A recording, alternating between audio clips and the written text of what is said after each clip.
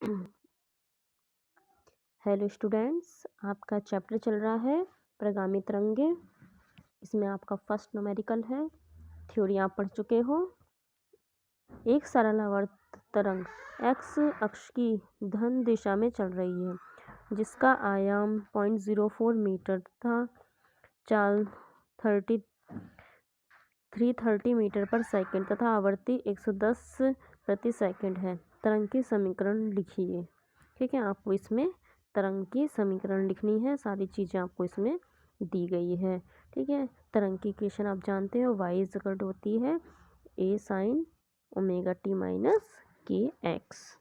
ए क्या है? ए हमारा आयाम है, ओमेगा कोणीय आवृत्ति होती है, के संचरण नियतांक है।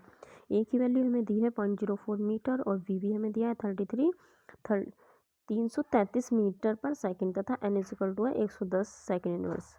ठीक है, ओमेगा इक्वल टू है 2πn। ठीक है, इसमें हमें एन की वैल्यू दी है, इससे हम ओमेगा की वैल्यू निकाल सकते हैं।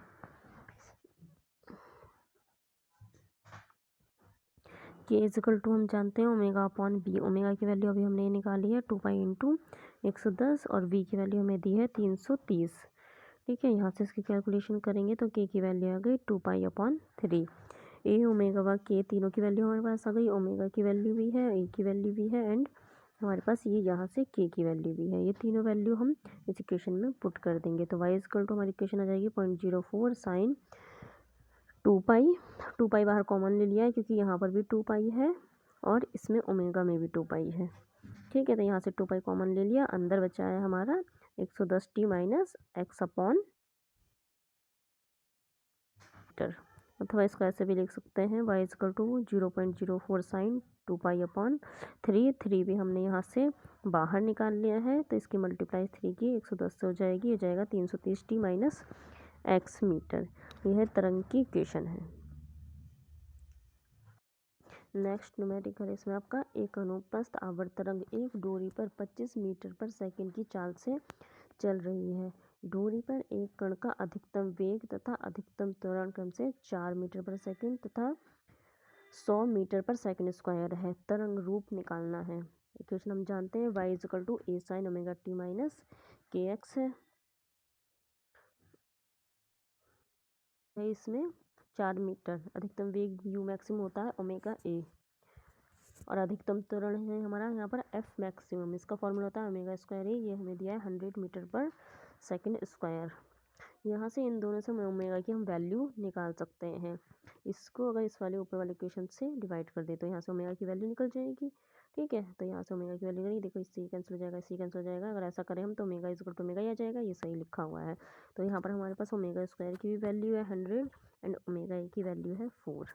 ठीक है, तो यहाँ से हमारा पास आ गया 25 सेकंड इनवर्स ओमेगा की वैल्यू। तो इस ओमेगा की वैल्यू अगर हम यहाँ पर पुट कर दें तो हमारे पास यहाँ से ए की वैल्यू आ जाएगी। तो A is equal to omega maximum अपन ओमेगा हो गया इस फॉर्मूले से, और इसकी वैल्यू हमारे पास है यू मैक्सिमम की 4 मीटर पर सेकेंड और ओमेगा की वैल्यू अभी हमने निकाली है 25 सेकेंड इनवर्स। ठीक है, ये आ गया। इन दोनों की कैलकुलेशन करेंगे तो जाएगा 0.16 मीटर। इससे क्या है, ओमेगा की वैल्यू अगर हम निकालें तो ओमेगा इज इक्वल टू हम जानते हैं 2πn। ठीक है, ये 25 हमारा भी निकल के आया है यहाँ पर। ये फॉर्मूला जानते हैं के इज इक्वल टू होता है ओमेगा अपॉन वी। ओमेगा हमने भी निकाला है 25 और वी की वैल्यू हमें दी है 25। ठीक है, सी कैंसिल हो गया, आ गया 1 मीटर इनवर्स। इन सभी के मान क्या है, इक्वेशन फर्स्ट में हमने अपनी जो मेन इक्वेशन थी प्रगामी वेग की उसमें पुट कर दी है सारी वैल्यूज़। ये आ गई y is equal to 0.16 sine 25t minus x metre. Next question है इसमें आपका एक प्रगामी तरंग की समीकरण। इस बार हमें समीकरण पहले से दी है y is equal to 0.5 sine 100t minus x upon 50। यह y तथा x सेंटीमीटर में तथा t सेकंड में है। तरंग का वेग कितना है, हमें तरंग का वेग यहाँ पर v की वैल्यू निकालनी है। इक्वेशन हमें दी है ये। ठीक है, इसको मेन इक्वेशन से कंपेयर करेंगे। कंपेयर करके हम यहाँ से ए की वैल्यू निकाल सकते हैं, ओमेगा की वैल्यू भी निकाल सकते हैं और के की वैल्यू भी निकाल सकते हैं। यहाँ से अगर हम ए की वैल्यू देखें आयाम की तो आएगी 0.5, ओमेगा की वैल्यू आ जाएगी 100 और के की वैल्यू आएगी 1/50।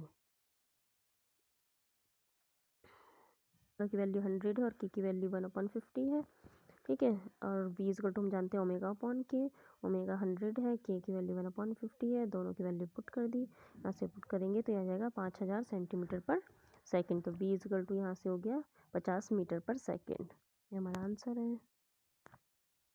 एक सरल आवर्त प्रगामी तरंग की समीकरण y is 8 sin 0.628x minus 12.56t है। यहाँ y तथा x सेंटीमीटर में और t सेकंड में दिए गए हैं। तरंग का आयाम, आवर्ती चाल तथा किसी क्षण 2 सेंटीमीटर की दूरी पर स्थित दो कणों के बीच कलांतर ज्ञात कीजिए। हमें फाई ज्ञात करना है, दो कणों के बीच मतलब डेल फाई हमें निकालना है। इक्वेशन हमें दी है y इक्वल टू ये, ठीक है। अगर हम इसे मेन इक्वेशन से कंपेयर करेंगे तो यहाँ से a की वैल्यू हमारे पास आ जाएगी 8 सेंटीमीटर और ओमेगा की वैल्यू आ जाएगी ये 0.628, ठीक है। ये क्या होता है ओमेगा कैसे आ गया टू 2πn,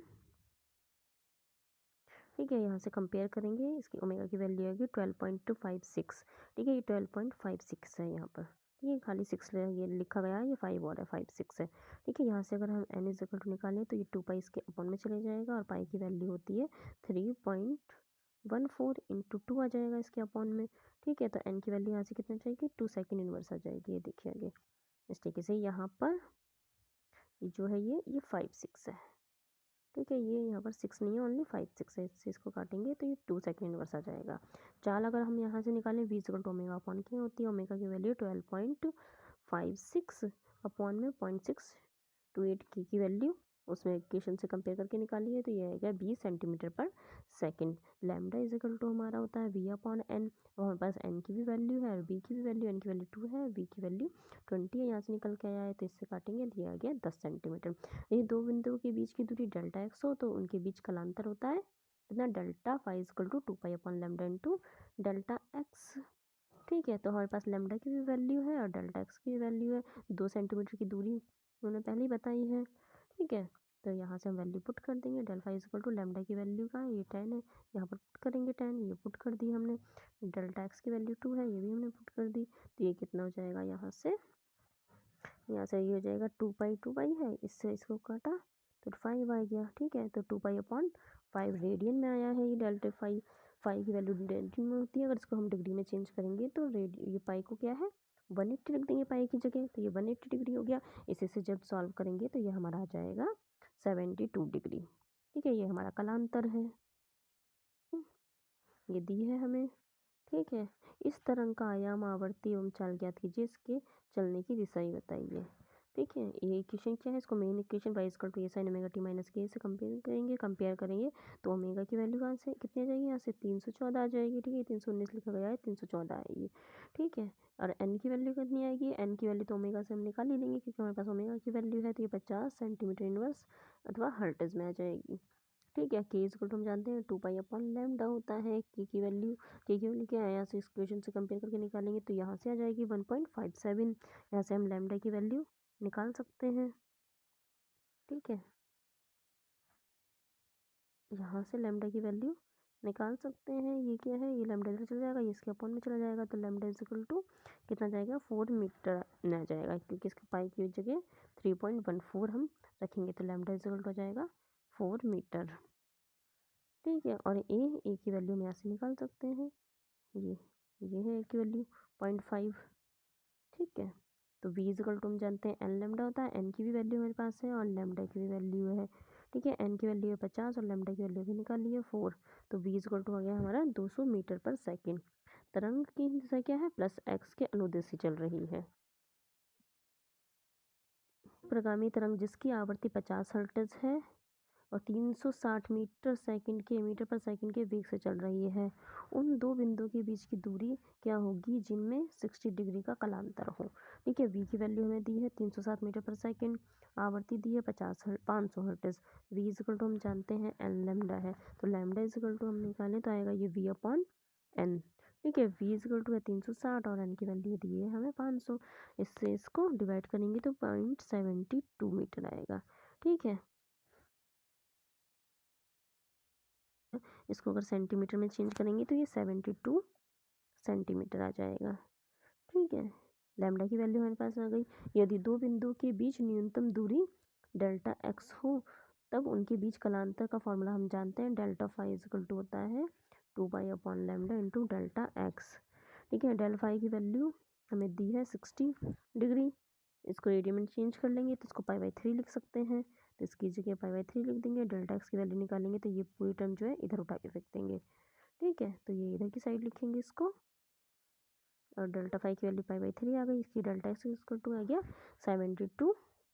ठीक है, लैम्डा की वैल्यू हमारे पास 72 है और अपॉन 2 पाई, और डेल्टा फाई की वैल्यू हमारे पास पाई/3 है।